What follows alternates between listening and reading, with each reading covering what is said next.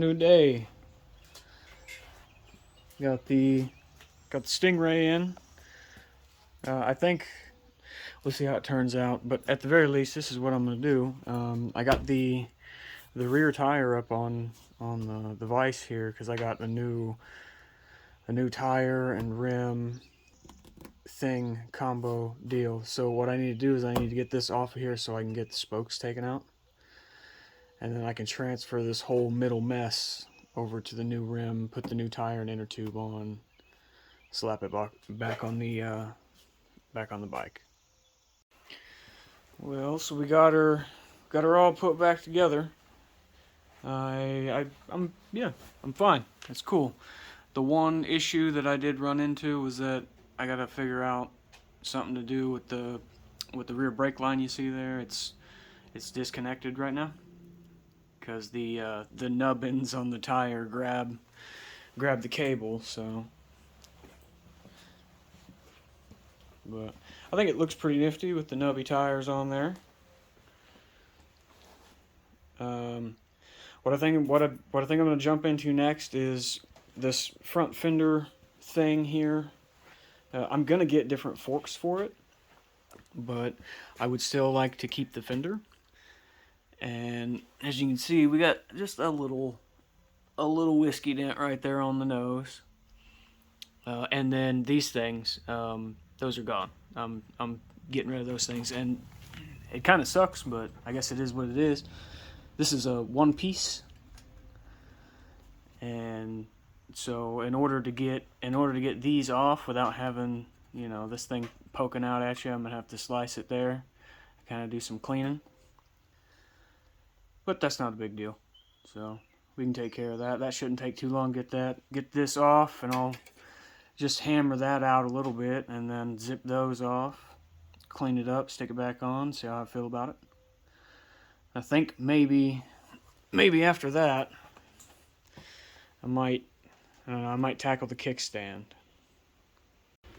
There the kickstand is. I got that on. I still got some adjusting to do. That spring and welded on bolt combo that I have. I need to go through. I think I'm gonna take the Dremel, go through and round off the under section of the top of the bolt there. And then I do have to go into town at some point and get some bolts for the fender. So I might pop that spring off and see if I can't go find another one.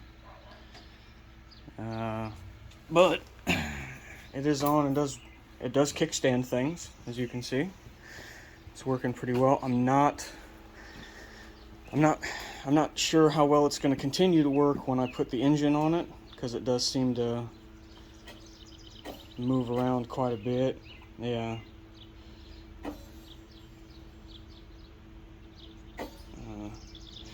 So I don't know, it might wind up getting moved, but for now it does the job. Well, I got the fender off, as you can see, and I've already painted it. I just did a quick and dirty paint job, not really caring. Probably should have cared a little bit more with them lines, because they're not good. That's kind of the paint scheme I'm going for with this thing, though.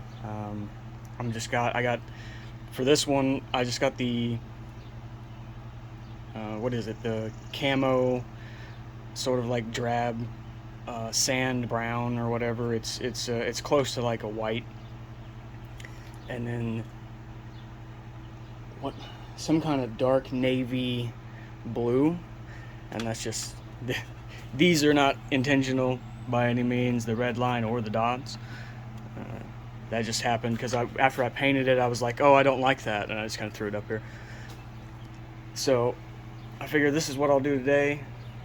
I'll go through, get it all scratched and sanded back down to where it needs to be, and get the racing stripes put on there in a better manner. You know, actually make it a little bit of an effort to make it look good. But then I need to go get bolts for it, so I didn't want to. These are all, well, you can see they're extremely rusty and all that kind of stuff, but they don't really work because of how the end of these are round. They have to cross other bolts, and you kind of have to do this weird dance to get them out. So I'm gonna get some different style bolts for those. Oh, we made a little bit of progress, as you can see. After looking, I believe I am going to move this. I got a template drawn up to move it from there to there, and I'll have to come out at least past this corner here, and then have the mount almost essentially in the same spot, just further this way, which means I'll have to rethink the spring to get that to work again, because that wasn't fun enough the first time around. But it'll be in a better spot, because right now it takes barely any effort at all to get it to tip, and I got this feeling that once I get the engine on there, it's not going to be stable enough to hold it. So, but in other news, I did get the fender recoated, straightened out, and put back on. I think that paint scheme looks pretty neat.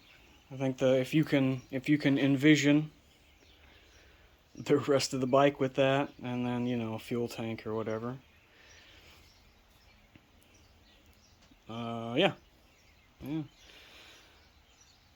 I did have another, don't know what I was thinking. So you can see there's a bolt there, and then I got a bolt on the back side of the other side, but then the caddy corners this way don't have anything. When I went to go buy them, for whatever reason in my head, I only needed 2.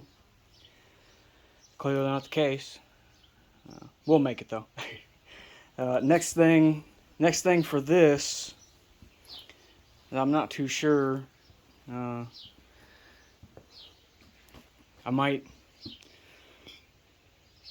don't know, I might mock up the engine plate. I'll have to do a bunch of measuring and get it cut out, design it on a thing at work and cut it out and see if I can't make something fit. Not too sure if that's going to be next or what. I think with that though, that's going to be it for the Stingray in this video. I kind of wanted to keep this one short and just see what I could get done really quick to give me some ideas on, you know, where that thing was going to go and what was going to happen with it. The 4A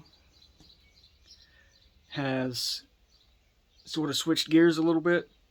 I'm not going to use the jack shaft kit anymore, mainly just because I feel like I'm overcomplicating it, and I kind of really want to ride it. You know, I want to ride it around a little bit, even though I don't plan on putting a bunch of miles on it and beating on it a whole bunch. I still would actually like to ride it. That'd be super cool. So, scrapping the jack shaft kit, and I'm going to go back to just the normal pedal setup with, you know, just the normal drive setup, and that way I can, you know, I can actually putt it around and have some fun. So, but I do want to thank everybody for watching, and, you know, all the stuff I normally say. We'll catch you in the next one.